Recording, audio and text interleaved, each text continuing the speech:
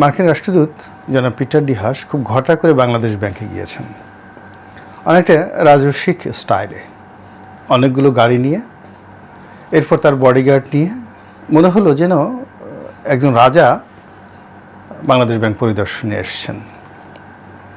এবং তাকে অভ্যর্থনা জানাতে গিয়ে বাংলাদেশ ব্যাংকের যে সকল কর্তা ব্যক্তি সেখানে উপস্থিত ছিলেন, অবস্থার দৃষ্টে মনে হচ্ছে যে রাজার কাছে নতজানু হয়ে কাছুমাছু করে যখন রাজার কোনো সেবাদাস যে অভিব্যক্তি প্রকাশ করে, ঠিক তদ্রূপ একটা ভয়াবহ এবং অভিনব একটি পরিবেশ এবং পরিস্থিতির সৃষ্টি হয়েছিল জনাব পিটার ডি হাসের বাংলাদেশ ব্যাংক দর্শনের সময়কালীনে। মিস্টার পিটার ডি হাস এই দামি নির্বাচনের পর অনেক দিন একেবারে চুপচাপ ছিলেন। তো এখনও তিনি চুপচাপই আছেন। হঠাৎ করে তিনি চলে যাবেন। চলে যাওয়ার সময়টাতে তিনি এখন বেশ কিছু অসংলগ্ন কর্মকাণ্ড করছেন। ডোনাল্ড লু যখন এলেন তিনি বেশ উৎফুল্ল, অকারণে হাসাহাসি করলেন। মহিলা ক্রিকেট টিমের সঙ্গে তিনি খেলাধুলা করলেন আমাদের বাংলাদেশের। তারপর বিভিন্ন জায়গাতে ঘোরাফেরা করতে গিয়ে, মানে যাকে বলা হয় এক্সট্রা ভার্জিন হওয়ার চেষ্টা, অতিরিক্ত সৎ বা অতিরিক্ত সতী হওয়ার খুব চেষ্টা, বা নিজেকে খুব শক্তিশালী হিসেবে প্রদর্শন করার যে চেষ্টা, তো এরকম তিনি যে করে যাচ্ছেন, এরই মধ্যে আমরা জানতে পারলাম যে তার মেয়াদ শেষ এবং তিনি বাংলাদেশ থেকে চলে যাচ্ছেন। তার স্থলে নতুন একজন রাষ্ট্রদূত আসবেন এবং সেই রাষ্ট্রদূত এর আগেও বাংলাদেশে কাজকর্ম করেছেন এবং অনেকে সেটা বলার চেষ্টা করছেন যে মিস্টার পিটার ডি হাস বাংলাদেশে তার মিশনে যথেষ্ট ব্যর্থতার পরিচয় দিয়েছেন এবং শাস্তির স্বরূপ তাকে এখান থেকে নিয়ে যাওয়া হচ্ছে। আওয়ামী লীগকে খুশি করার জন্য নতুন রাষ্ট্রদূত আসছে। তো এই যদি হয় প্রেক্ষাপট, তো সেখানে হঠাৎ করে তিনি বাংলাদেশ ব্যাংকে কেন গেলেন? ভীষণ রকম বিতর্ক হচ্ছে, পক্ষে বিপক্ষে নানা রকম কথা হচ্ছে। এখনও বাংলাদেশে পিটার ডি হাসের সমর্থনে অনেক লোক ইতিবাচক চিন্তা করেন এবং অনেক মানুষ মনে করেন যে তিনি প্রাণান্ত চেষ্টা করেছিলেন বাংলাদেশে একটি সুন্দর নির্বাচন হোক, সৎভাবে চেষ্টা করেছিলেন, এটা মনে করেন অনেকে। আর সবচেয়ে বেশি বিপদে আছেন তারা যারা পিটার ডি হাসের পক্ষে একেবারে মাঠে নেমেছিলেন। অনেক বাংলাদেশের পরিচিত মুখ তার পক্ষে মাঠে নেমে ঝুঁকি নিয়ে সরকারের বিরুদ্ধে অনেক কথা বলেছেন এবং সরকারের অনেক দমন পীড়নের শিকার হয়েছেন। তো এই মানুষগুলোর সঙ্গে জনাব পিটার ডি হাসের সাম্প্রতিক সময়ে কোনো যোগাযোগ আছে বলে আমার জানা নেই। ফলে মিস্টার পিটার ডি হাস চলে যাবেন, হাসি মুখে চলে যাবেন, কিন্তু যে মানুষগুলো তার জন্য এই বাংলাদেশে অনেক কিছু করেছেন তাদেরকে তিনি একেবারে বাঘের মুখে ফেলে দিয়ে দিব্যি চলে গেলেন বা চলে যাচ্ছেন। তো যেটা বলছিলাম যে তিনি অলনে ছাড়েন, বাংলাদেশ ব্যাংক পরিদর্শনে এলেন এবং যেহেতু তিনি অফিসিয়ালি কোনো কথা বলেননি, সংবাদ সম্মেলন করেননি, বাংলাদেশ ব্যাংকের পক্ষ থেকে বলেননি, বলা হয়নি কোনো কিছু, এই জন্য যথেষ্ট বিতর্ক হচ্ছে এবং নানা রকম অনুমান, ক্ষেত্র বিশেষে কিছু ভয়াবহ তথ্য উপাত্ত সহকারে বিতর্ক সৃষ্টি করে এরকম কিছু কথাবার্তা কিন্তু আলোচনা হচ্ছে। তো যেহেতু আমরা বাংলাদেশে আছি, বাংলাদেশের ডাল ভাত খাই, বাইরের ইউটিউবার অনেক কথা বলতে পারেন, আমরা সেই কথাগুলো বলতে পারিনি। আমরা যেটি বলতে পারি সেটা হলো আমাদের পত্রপত্রিকা যে বিষয়গুলো নিয়ে আসছে এবং মিস্টার পিটার ডি হাসের এই ভ্রমণের সঙ্গে সম্ভাব্য রাষ্ট্রের, অর্থাৎ আমাদের বাংলাদেশের এবং আমেরিকা নামক রাষ্ট্রের যে স্বার্থ সংশ্লিষ্ট বিষয় আদি নিয়ে কী কী ফরমাল আলোচনা হতে পারে সেগুলো নিয়ে আমি একটা সংক্ষেপ আলোচনা করতে পারি।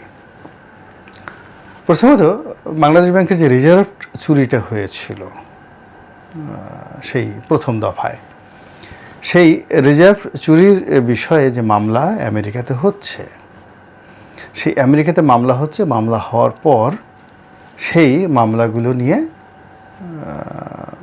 মিস্টার পিটার ডি হাসের সঙ্গে বা কেন্দ্রীয় ব্যাংকের একটা ভালো কথাবার্তা হতে পারে যে আমেরিকা এখানে সাহায্য করছে বা আমেরিকা রাষ্ট্রের পক্ষের অবস্থা কী এবং মামলাটা শেষ পর্যন্ত ফেডারেল কোর্টে টিকবে কি না, এই বিষয়গুলো নিয়ে আলাপ আলোচনা হতে পারে। দ্বিতীয় যেটি, সেটি খুবই গুরুত্বপূর্ণ, সেটা হলো বাংলাদেশ ব্যাংক এখন তার যে বৈদেশিক যে রিজার্ভ, অর্থাৎ বৈদেশিক মুদ্রার যে রিজার্ভ, এটি তারা কেন্দ্রীয় ব্যাংকে নগদায়ন রাখে এবং বিশ্বের বিভিন্ন ব্যাংকে তারা এগুলো রাখতে পারে। তো এখন সাধারণত মার্কিন ফেডারেল ব্যাংকের সঙ্গে সবচেয়ে বড় লেনদেনটি হচ্ছে, এবং এই লেনদেনটির মধ্যে আবার বাংলাদেশ ব্যাংকের দুটো বিষয় আছে। প্রথমত, বাংলাদেশ ব্যাংকের যে রিজার্ভ রয়েছে তার একটা অংশ তারা সেখানে জমা রাখছে। এটি এখন যেহেতু আমেরিকার সঙ্গে আমাদের সম্পর্কটা তো ভালো যাচ্ছে না, এবং আওয়ামী লীগের সঙ্গে সম্পর্ক রীতিমতো দাকুড়ার সম্পর্ক, তো সেক্ষেত্রে যদি কেন্দ্রীয় ব্যাংক তার মানে আমেরিকাতে যে তারা রিজার্ভটা রেখেছে, এটি যদি তারা সরিয়ে এনে এখন ইংল্যান্ডের ব্যাংক অফ ইংল্যান্ডে রাখে, তারপরে ব্যাংক অফ চায়নাতে রাখে, ভারতে রাখে, সিঙ্গাপুরে রাখে, এমনকি দুবাইয়ের কোনো ব্যাংকে রাখে, তাহলে আমেরিকা মারাত্মকভাবে কিন্তু ইমেজ সংকটে পড়বে এবং তারা বিপদে পড়বে। তো এই ব্যাপারে বাংলাদেশ ব্যাংকে ধর্ণা দেওয়ার জন্য তিনি যেতে পারেন, এটা অস্বাভাবিক কিছু নয়। এর বাইরে যেটি হতে পারে সেটি হলো যে বিভিন্ন আমেরিকান কোম্পানি, বিশেষ করে শেভরন, এরপর যে সকল আইটি কোম্পানি বাংলাদেশে ব্যবসা করছে এবং অনেকগুলো কোম্পানি বাংলাদেশে বিনিয়োগ করেছে, এখন তাদের সঙ্গে বাংলাদেশ ব্যাংকের যে বা বাংলাদেশের ব্যাংকগুলোর যে লেনদেন হয়, সেই লেনদেনের কখনো পুঁজি প্রত্যাহার করে নেওয়া, বা এই দেশে তারা ব্যবসা করবে না, অথবা এই দেশে তারা নতুন করে ইনভেস্ট করবে।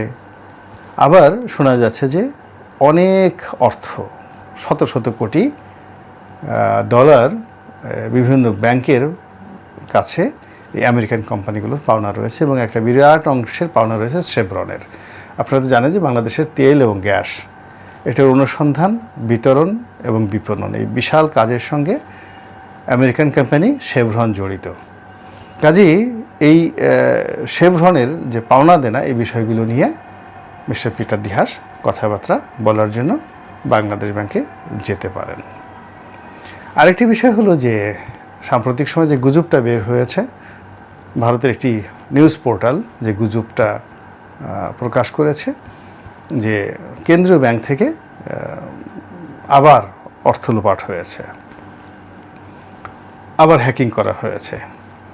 তো এই বিষয়টার খোঁজখবর নেওয়ার জন্য মিস্টার পিটার দিহাস যেতে পারেন। এর কারণ হলো, যদি ঘটনাটা আসলেই সত্য হয়, তাহলে মার্কিন বিনিয়োগ থেকে শুরু করে মার্কিন কোম্পানিগুলোর পাওনা দেনা, এক্ষেত্রে একটা বিরাট অসামঞ্জস্যতার সৃষ্টি হয়ে যাবে, যেটি আমেরিকান কোম্পানিগুলো হয়তো সামাল দিতে পারবে না। এই বিষয়গুলো নিয়ে তিনি আলাপ আলোচনা করার জন্য সেখানে যেতে পারেন। তারপর তিনি সর্বশেষ যে কারণটার জন্য সেখানে যেতে পারেন, সেটি হলো তাফালিং করা। আমরা বাংলায় যেটিকে বলি যে আমার আসলে কোনো কাজকর্ম নাই, জাস্ট বাংলাদেশ ব্যাংকে যেহেতু একটা গুজব চলছে, এরকম একটা ক্রাইসিস চলছে, এই সময়টাতে যদি আমি যাই, তাহলে আমাকে নিয়ে যে মানুষ একেবারে হতাশ হয়ে পড়েছে, এবং আমাকে খরচের খাতা যারা ফেলে দিয়েছে, এবং আমার যে 2 পয়সা কোনো মূল্য নেই, আমি যে কেবল অবসর সময় নারী যারা ক্রিকেটার আছেন তাদের সঙ্গে প্রীতি ম্যাচে যোগ দেই, তারপরে বিভিন্ন লোকজনের সাথে বিদায়ী খাওয়া দাওয়া যোগ দেই, তেমন কোনো গুরুত্বপূর্ণ কর্ম এই মুহূর্তে আমার হাতে নেই। তো সেখানে একটু বাংলাদেশ ব্যাংকে ঘুরে এলাম, আলাপ আলোচনা করে আসলাম, চা খেয়ে আসলাম, আর বিনিময়ে লোকজন একটু আমাকে নিয়ে আলোচনা করলো, ভিডিও বানালো। আমি একটু আলোচনায় এতদিন যাবৎ একেবারে সুপার হিরো হিসেবে সে 2022 থেকে আজ পর্যন্ত আছি, সেটা যে একেবারে ফ্লপ হয়ে পড়েছি, রীতিমতো ফ্লপ হয়ে পড়েছি। বাংলাদেশে হিরো আলমের চেয়েও এখন বলতে গেলে মিস্টার পিটার দিহাসের অবস্থা খারাপ হয়ে গিয়েছে। তো এই যে দুরবস্থা, এই দুরবস্থা থেকে বাঁচার জন্য তিনি কি বাংলাদেশ ব্যাংকে গিয়েছেন, এই বিষয়গুলো নিয়ে কিন্তু অনেকে আলোচনা করছে।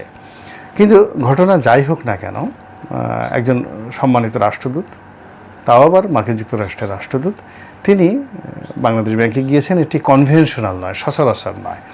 বাংলাদেশ ব্যাংক অত্যন্ত সুরক্ষিত একটি অঞ্চল, যেটিকে কেপিআই জোন বলা হয়, নিষিদ্ধ এলাকা, যেখানে সহজে সবার প্রবেশ অবারিত নয়। যেমন বঙ্গভবন আছে, বঙ্গভবনের বিশেষ কিছু এলাকা আছে, গণভবন আছে, গণভবনের বিশেষ কিছু এলাকা আছে, ক্যান্টনমেন্ট আছে, সেখানকার বিশেষ কিছু এলাকা আছে, বাংলাদেশ ব্যাংকেরও বিশেষ কিছু এলাকা আছে যেগুলোকে কেপিআই জোন বলা হয়, যেখানে কোনো অবস্থাতেই বাইরের কেউ ঢুকতে পারবে না, ক্যামেরা তো নাই।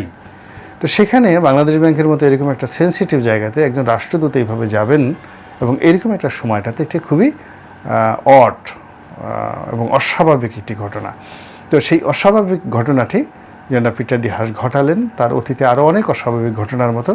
তো এই ঘটনার যে আপাতত আমরা এই বিশ্লেষণগুলো করলাম বা অনেকে আমার মতো করেছেন, কিন্তু এর বাইরেও নতুন কিছু যদি থাকে এবং যেগুলো আমরা জানি না, অনাগত দিনে জানতে পারবো, তাহলেও আশ্চর্য হওয়ার তেমন কিছু থাকবে না।